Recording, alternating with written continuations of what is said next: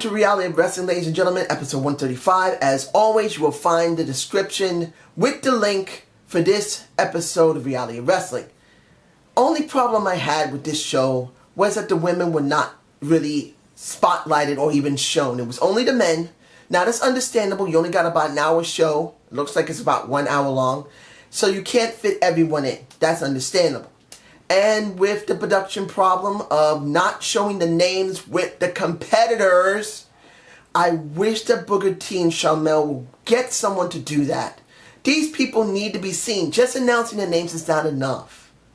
I really believe it needs to be put into the show more often. Seeing no names actually sucks. I'm sorry. But taking away from that, it was a good show.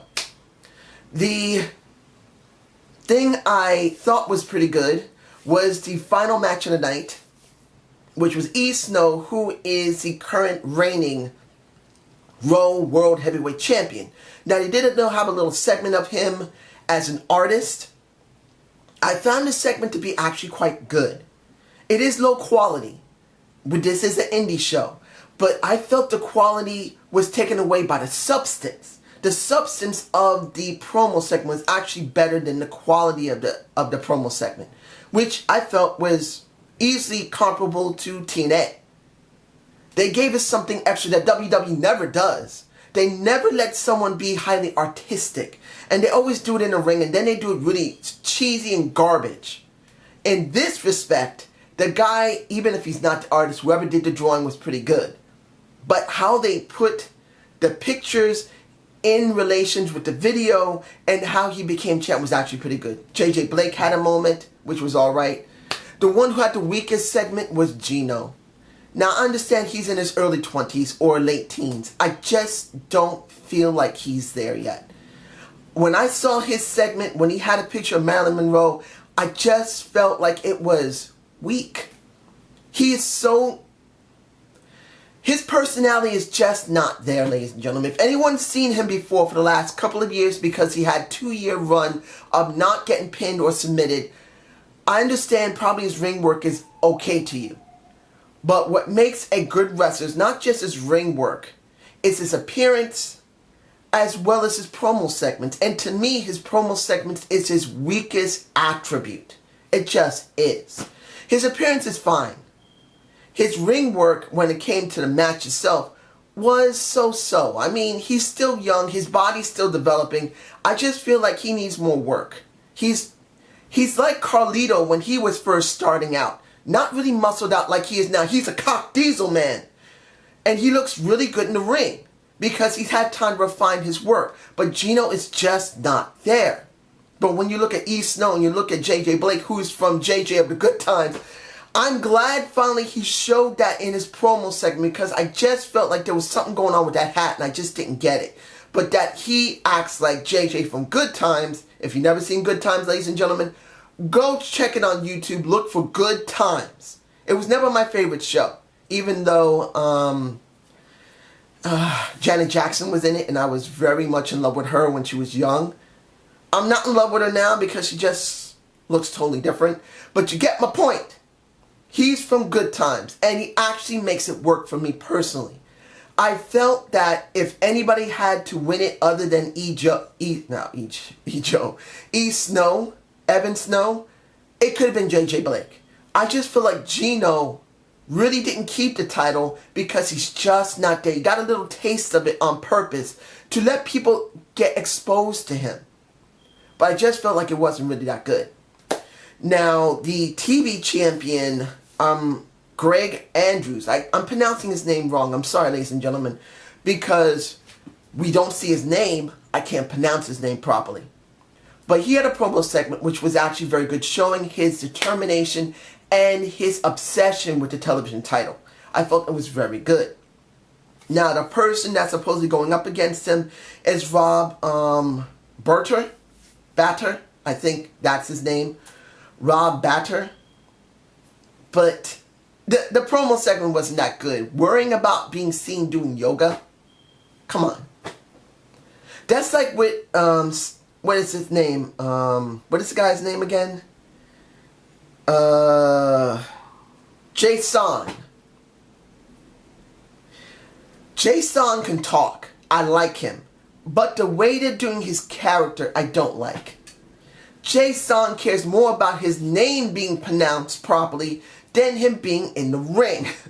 Now, if he did that in the ring, I would understand more. But in the promo segment, he just sounded really petty and weak.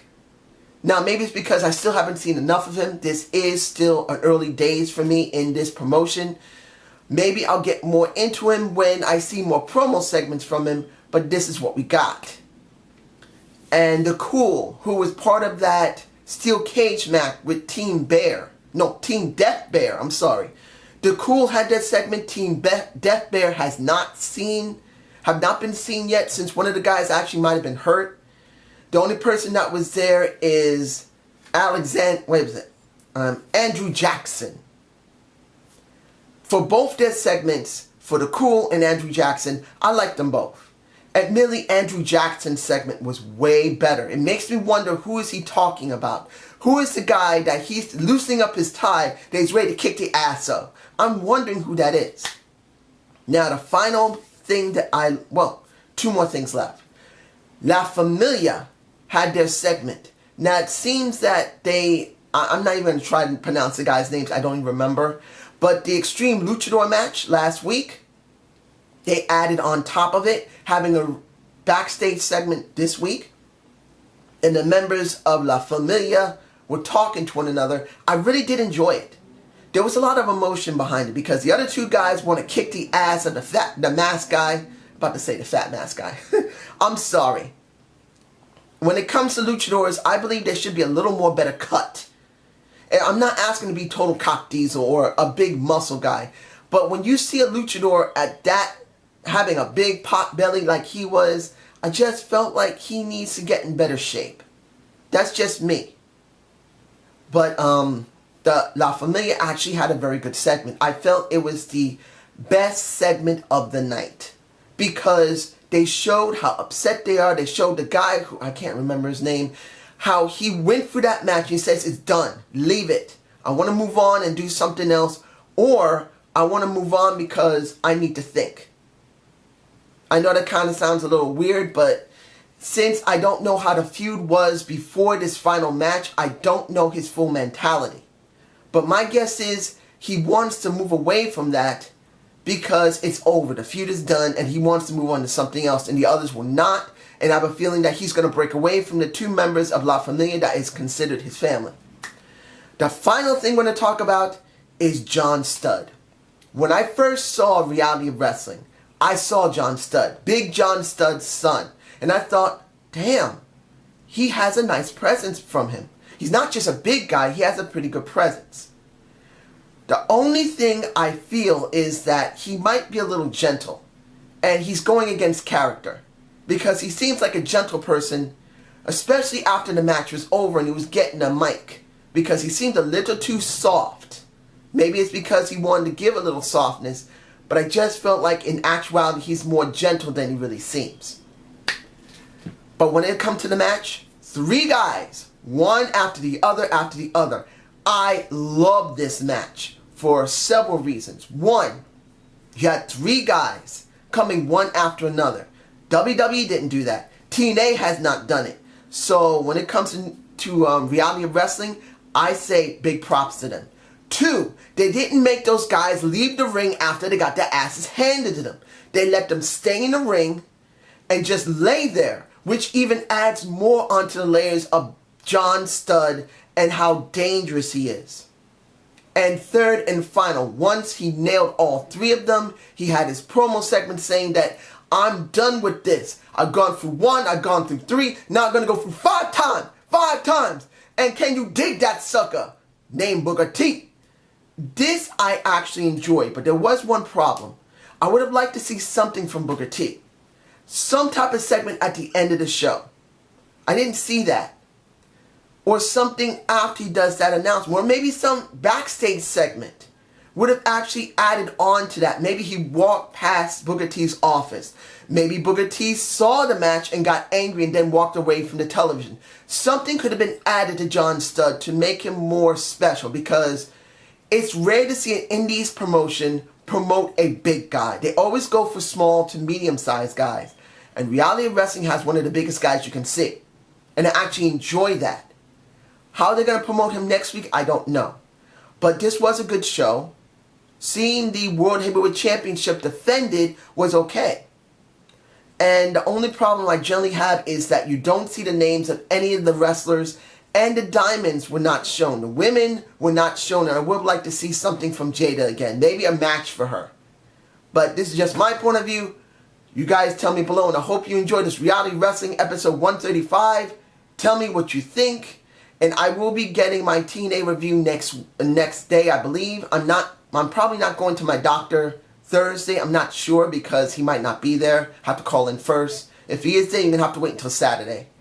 Because I have to go to the doctor's Thursday, Friday, and then I can probably do it Saturday. Today is my day off for that. That's the reason why I was able to get Reality Wrestling, because I had something else to do, but I didn't need to do it today. But that's just it. I talk too much. I may cut this out. Ladies and gentlemen, have a good day. Have a good night. I hope you enjoyed the show.